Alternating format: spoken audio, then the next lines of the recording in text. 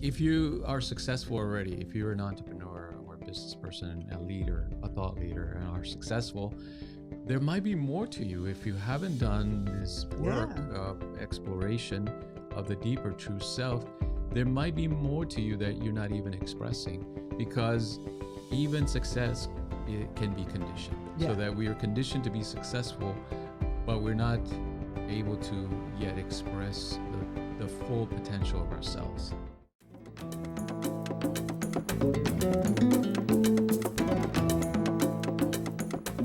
Hello, welcome back to Soul Sessions. This is Deborah Burnt-Maldonado here with Dr. Rob. Great to be here. And we are so excited to continue our series on Satya leaders and leadership and Jungian psychology, Eastern philosophy, and what we can learn about these deep philosophies in leadership. And before we begin, I do want to ask you a favor. If you could subscribe to our channel, just click here, the button in the corner if you're watching us on YouTube. It really helps us get more people watching the show and this information out to reach more and more people. If you are listening to us on Spotify, iTunes, any other podcast services, don't forget to subscribe. We would love to hear from you. So if you're watching us on video or in audio, always reach out to us. Let us know how we're doing. We'd love to hear. So the Satya Leaders series, we're talking about the persona today. The persona. Yeah, it's often a neglected part of the psychology of Jung's work, because we eventually want to transcend it and move beyond the persona, but we want to understand what is the persona, how can we use it to our advantage, especially for leaders. This is an important concept to understand.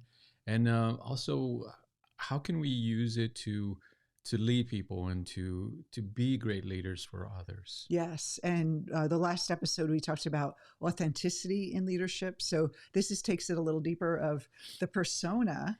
And Satya, just to remind you, is a Sanskrit term that means to be in truth. So it's really a Satya leader is someone who is in that truth, that like their true nature is being expressed. And most of us are conditioned to not be our true nature. And the persona plays a big role in that. Yeah, because the persona, if we define it just in Jungian terms, it's the social mask, and it's a facade, essentially. It's a role that we're playing, or it's more, it's because it's not singular, it's a collection of roles that we have in our pocket, and essentially, and we play these roles without really considering that we are playing a role. And so often people feel like imposters because we are being an imposter when we're playing that persona role. It's simply a social role that helps us fit into the circumstances of the situation, but it's not really who we are. We can think of the persona as a mediator between our true self and the external world. So we put it in the middle so that we feel it's like almost protected. like a little shield, right? Yeah, like a shield.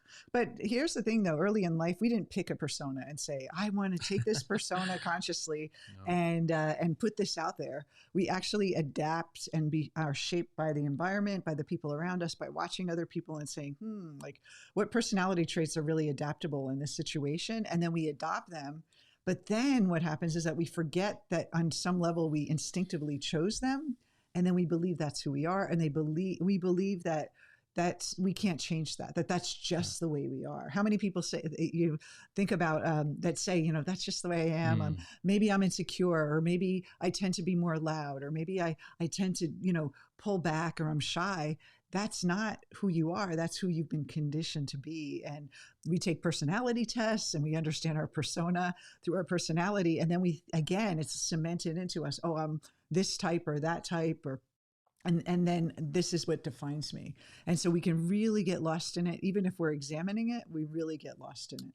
Yeah, absolutely. And for leaders, then, this understanding not only gives the leader a sense of themselves, of their true self, but it also gives them a sense of the people that they're working with. They're understanding kind of the surface elements, right? That people are going to present themselves as persona, and that the persona is very much driven by ego.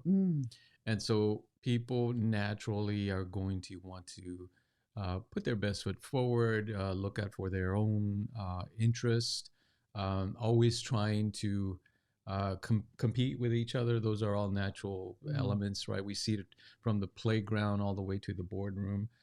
People are competitive by nature in that sense, or they're always measuring themselves against how others are doing. That's an ego function and a persona function. So, I've been through many leadership trainings in my corporate world and just being online and being an entrepreneur for so many years. And a lot of what they say is like, be this person and step into your power and all these powerful, courageous be that courageous self. And so we're basically acting again like we're courageous, but it's not really a deep change. And when we're just changing behavior, and I think that's one of the things with persona is that our behavior a lot of times defines our persona. So like I said, someone who's withdrawn or shy or someone who's more outgoing, that behavior creates a persona, but we're not our behavior because we have so many different behaviors. So just changing behavior is kind of like rearranging the furniture. Like I say, I call it persona swapping. Like, okay, I was a shy person. Now I'm going to try to be outgoing, or I was more, meek, and now I'm going to be courageous. You're still not making a transformation. You're just kind of making a better mask, a better mask. Yeah, you're playing a better role. Yeah, and the same thing with this kind of improving on social skills, right? Which is often what some programs focus on. We're going to make you a better speaker, a better storyteller, or more confident on stage, right? Yeah, all those things. They're great, of course. We need them to some extent, but if you understand that that's just simply part of the persona, an extension of the persona, then you're understanding it in a much higher level. And instead of believing that those things are going to define you and give you some kind of power to dominate or to be a better leader. So I think the key is that you're conscious that it's a persona versus you think it's who you are, or that or the results you get define me. So I make a certain amount of money. I'm a successful persona now, and I have this, number after my name, or even like I get a degree or something. That persona. I want to say that one of the most famous personas that we know in our history, maybe younger people, I'm sure you would know, Marilyn Monroe.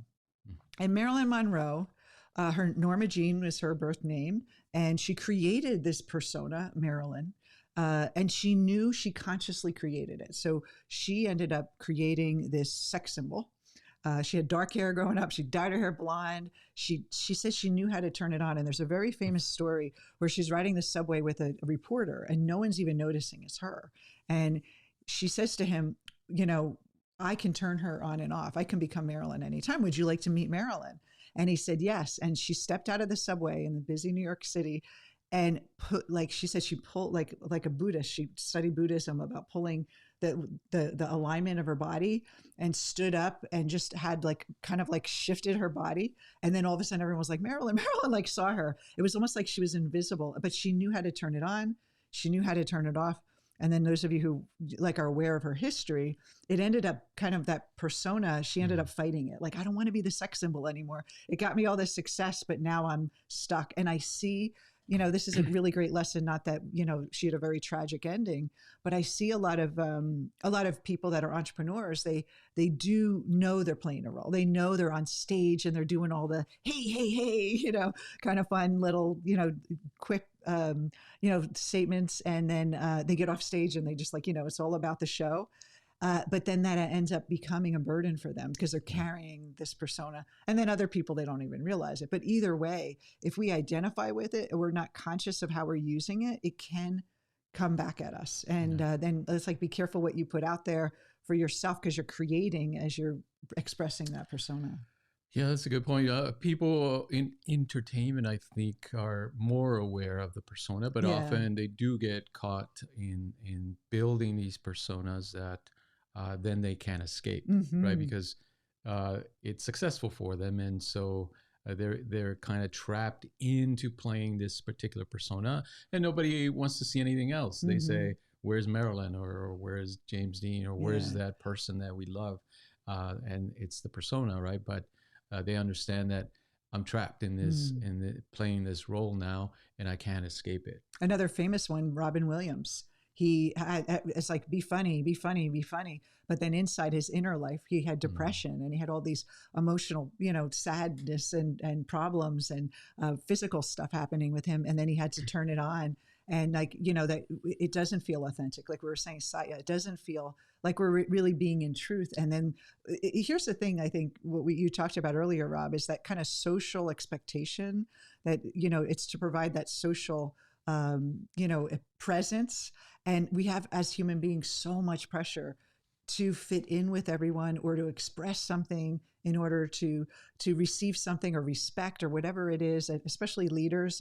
They want to look like the best-selling author, or they want to go out and impact millions of people. They want to write books or stand on stage or even move communities. A lot of these a nonprofit, right? I want to be the do-gooder, right? And I want to help, but you have to have a certain kind of persona to do that. And but if you're not careful, it could come back to haunt you. Yeah, because similar to people in the entertainment industry, often business people get trapped into a certain role as well. They know it works for them and that they've been successful at it, and so now they're trapped. They feel like if I change or if I do anything different, then my success will go away.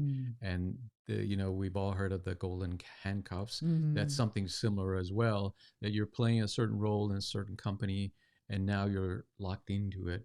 You can't escape it. Now it seems to own you instead of you expressing that. And real leadership, like we're saying, the Satya leader is able to express their true authentic self, which is very different than the persona. It is about transcending the persona. And on the next episode, we can talk about the shadow, which is one of the primary elements for reaching that authentic Satya self. And so, the process is really, first of all, I mean, when we do our programs, people are shocked that they have a persona. They are absolutely there. I didn't even realize I had a persona.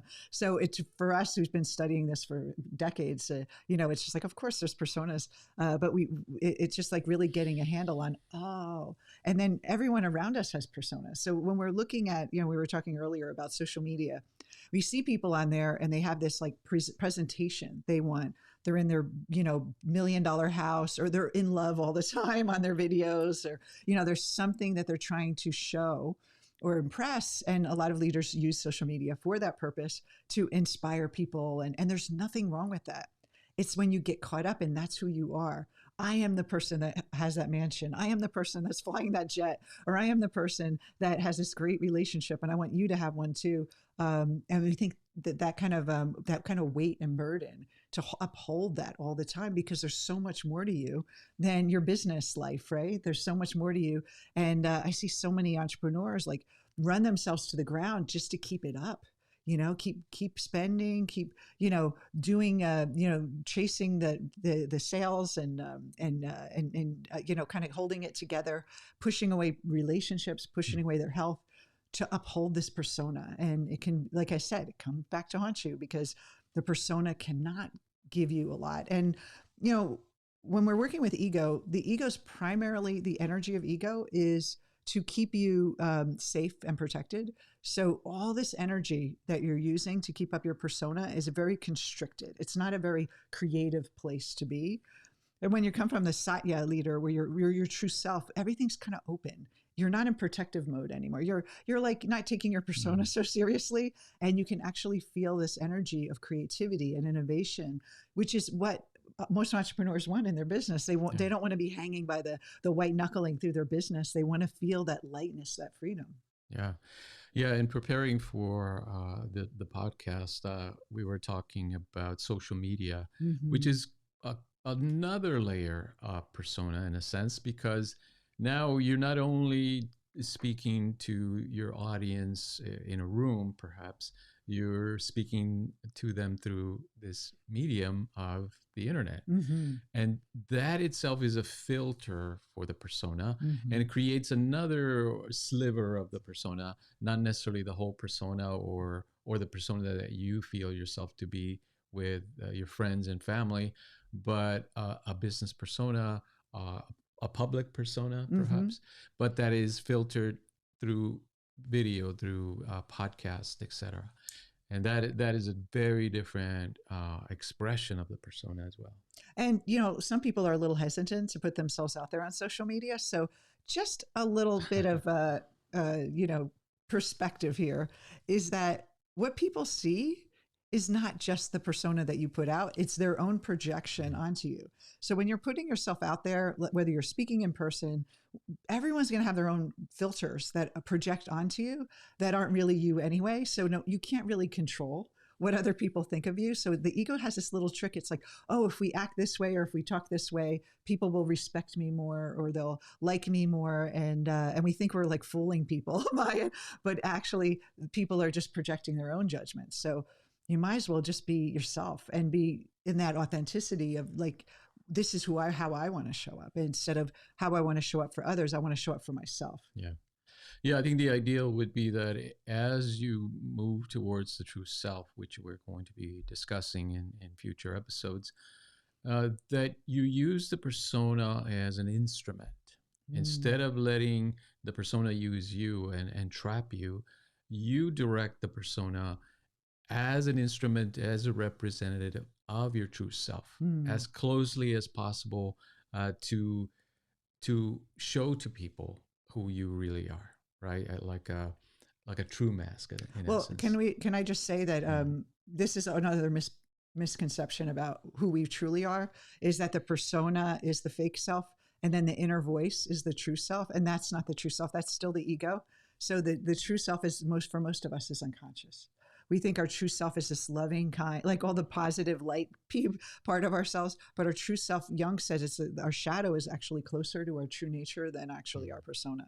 Yeah. And so it's about doing that work, that shadow work, and integrating the shadow, and then having this new you come out of that. So instead of just persona swapping and rearranging the furniture, you're actually having a transformation. That's right. And so there's a lot of facets to the persona. And it's so interesting because, like we said, it's not only presenting ourselves in a social situation and saying, this is who I am. It definitely gives us that sense of identity, but it's also about adaptation. It helps us adapt to circumstances so that we fit into the crowd, to meetings, to with our teams. Like the suit you wear to work is the persona, part of the persona, the heels, the way you dress. Are you casual? Are you more dressing? I always heard when I was in the corporate world, they were like, dress to the next level that you want to be at. Right. Like, don't dress in the casual. If you're at this level, dress like you're your boss, And so that's the way people recognize you. And actually, unconsciously, it's true. The way we dress, the way we act, people make assumptions over these personas. And, oh, this person acts like a boss, so they should be the boss. The other one is protection. It protects us from harsh criticism or any kind of judgment that might befall our way, right? Instead of taking it personally, if we understand that we are this persona, we feel safe. We're kind of shielded by it. We hide our vulnerability from that. And I know Brene Brown talks about vulnerability, and that's what she, partially was saying, is that this persona is really, it gets in, it's like you said, it interacts between your true self and the world. But think of it as more of a wall than actually, it's like you could use it as a tool, but it can be a wall. It stops you from letting people in. Mm-hmm. And letting people see the real you. And I know the more, but you don't know, you have to know the real you in order to express it. So that's part of the journey. Yeah, like we were saying, the first part is to recognize that you do have this persona or many facets of the persona, and that you're playing these social roles, but that's not the real you. That's not the authentic you. At this level, of course, that recognition doesn't change much, but it gives you some insight. As we go further into what do we do with this information, you'll realize there is a way to express the deeper self through the persona. So it facilitates these social roles that we play, and it also facilitates communication, because when people see you as the persona, you're already communicating a huge part of who you are and what you stand for, instead of having to explain every time this is what I do, or this is who I It's am. kind of like your uniform that you Yeah. wear. People are like, oh, like a soldier or police officer. You'd be like, oh, there's like, watch out, that person has a gun. I got to be careful. But if it's someone in just a casual shirt, you're like, oh, okay. And then we also like those roles that we play. Again, there's the hierarchy in business, but also in Mhm. hierarchy in our social life, like when the way people dress, and we have assumptions about people because of how they dress and how they act, how they speak.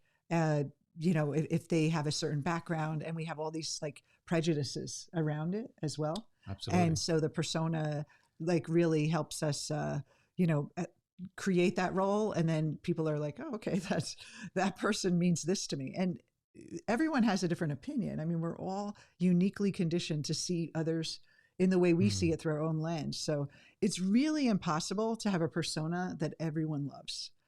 It's impossible because there's always someone who you remind them of that they hate or they can't stand or it irritates them. And it's usually parts of themselves that they're projecting Mm. on you. So being successful, a lot of times, this is something that I think many leaders kind of sense, is that when you're really successful, your persona is this persona of success. People will admire you, but also there's people that judge you for it, and they say, "Oh, look at that person. They're what are they doing for the money? Like all these assumptions about a successful person." And even in families, if your family wasn't successful and then you become extraordinarily successful, they may tend to be like, like a little, you might feel like you don't belong anymore. So there's a Yeah. lot of conflicts with this persona as you become successful, that the other side, the dark side comes out in a Yeah. way. Yeah, it's a double-edged sword because, like you mentioned, conditioning. Mm. The persona is a product of conditioning, Mm. especially early conditioning, and so all those assumptions about success, money, wealth, confidence in your Mm. abilities, all that is conditioning, and so if you are successful already, if you're an entrepreneur or a business person, a leader, a thought leader, and are successful, there might be more to you if you haven't done this work Yeah. of exploration of the deeper true self. There might be more to you that you're not even expressing, because even success, it can be conditioned, so Yeah. that we are conditioned to be successful, but we're not able to yet express the full potential of ourselves. So if say one of our parents was like a driven person, maybe even owned their own company and was an entrepreneur, and then you're the child, and then you're kind of taking on the business, and you're, chugging away just like your parents did, just working really hard and barely making it. You're conditioned to repeat that pattern. And then you have success, but Mhm. it's like almost like it's because you work so hard. Other times you could be working hard to counter not having enough as a kid, and so you're working really hard, and it's like it's a motivator for you, which gave you success, but that you're just afraid to just relax and take a break or take a vacation because you think I'm going to lose this persona of success, and what if something falls, or even some bad luck comes in. I remember when COVID happened, everyone was freaking out. They were like, that first couple weeks of COVID, we were all thinking, entrepreneurs getting together going, what is going to happen? We're all like online, and it turned out to be like a boom for online marketing and business because so many people were home, and it was such a boom.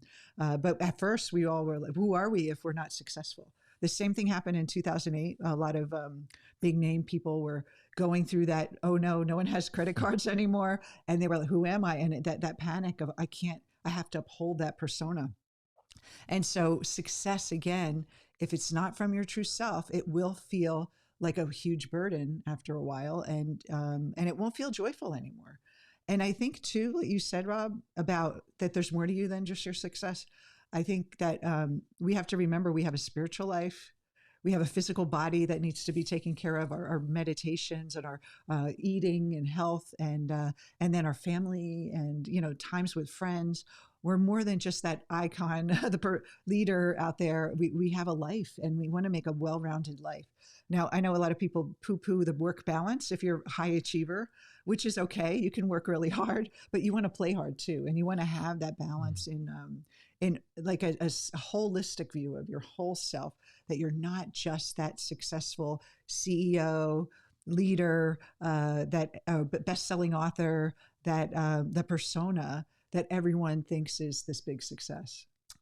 Yeah, and So are you going to let go of that, Rob? I I'm know going how to you finally let go of so it. caught up in it. Because we know so many people that have great ideas, they have so much potential as leaders, but they have something that stops them, which is their conditioning around putting themselves out there.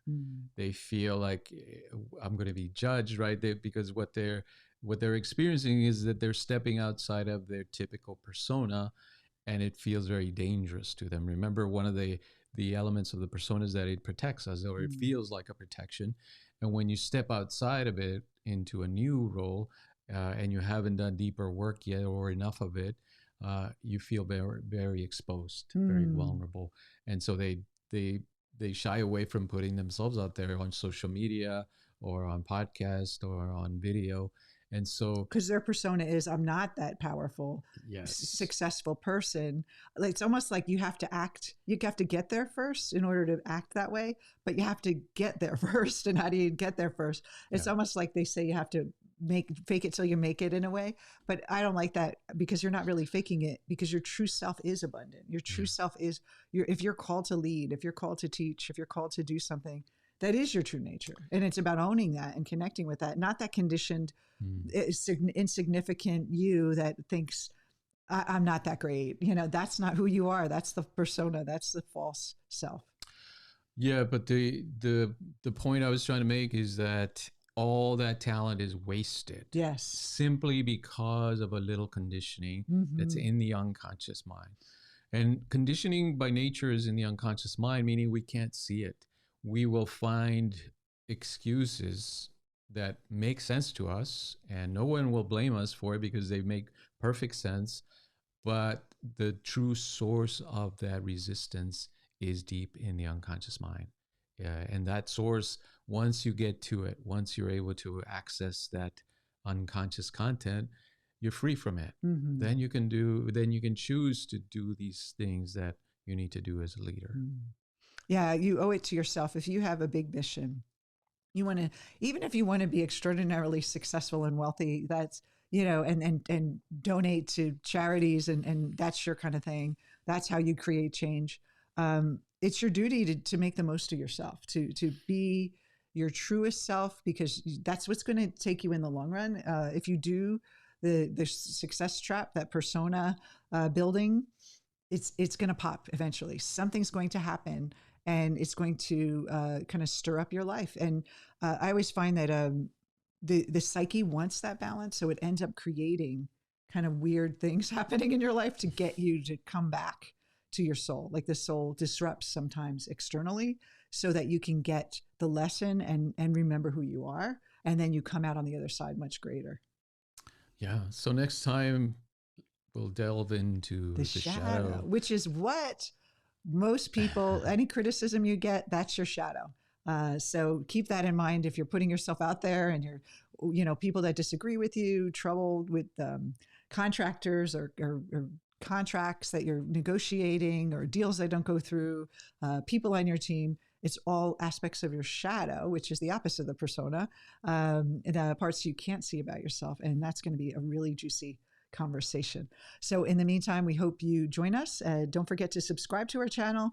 Watching us on YouTube here, click here, or at the end of the listening here, click on your podcast service and subscribe to our show. We'd love to have you come back every week as we continue our Satya Leaders series.